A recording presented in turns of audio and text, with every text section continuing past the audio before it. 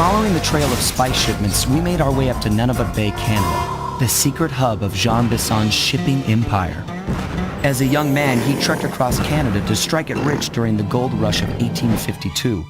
An avid prospector, he took some chances and ended up buried alive in an avalanche.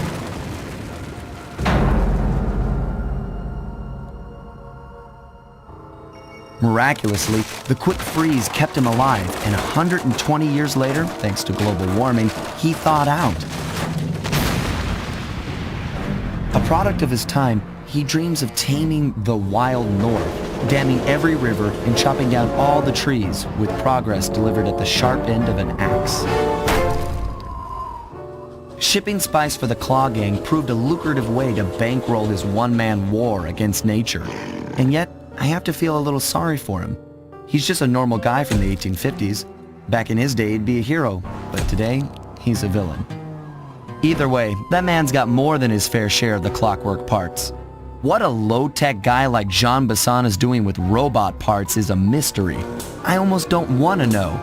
But as always, it's only a matter of time before I find out.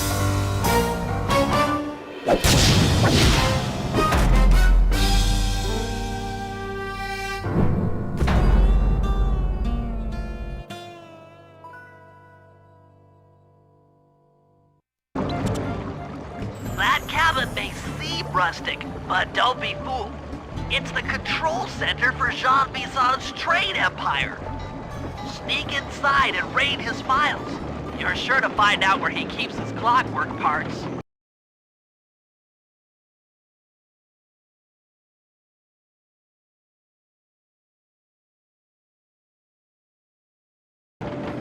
Ransacking his files doesn't sound hard. Now, climbing up a sheer rock wall, that'll be a challenge.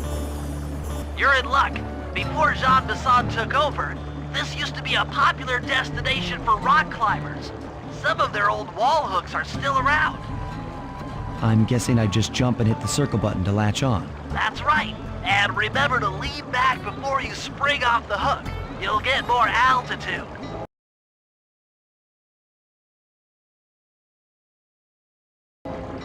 Thanks for the tip. I'll give it a try.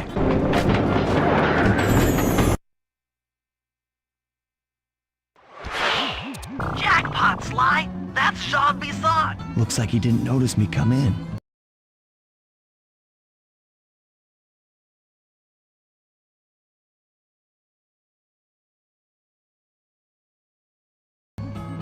Just stay out of sight and take a picture of each of his trade routes. They should narrow our search for his share of the clockwork parts. All right, I'm on it. Armed with all 3 blueprints, we should be able to isolate and track the Iron Horse trains through that satellite dish. Top of the mountain, huh? Shouldn't take long.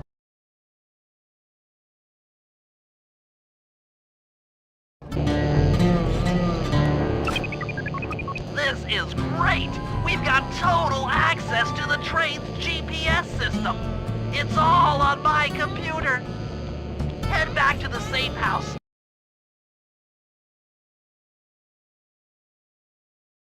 I'll crunch some numbers and give you and Murray the rundown.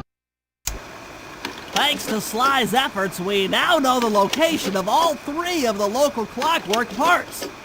2 lugs and a stomach.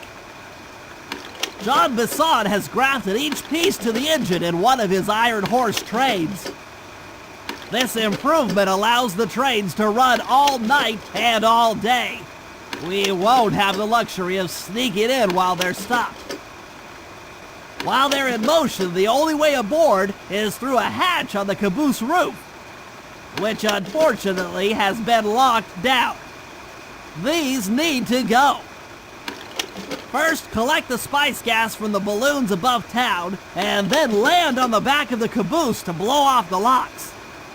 Once the way is cleared, I'll suit up and jump into Iron Horse number 1 while it passes near town. With some luck, we'll have the first clockwork lug in a few hours.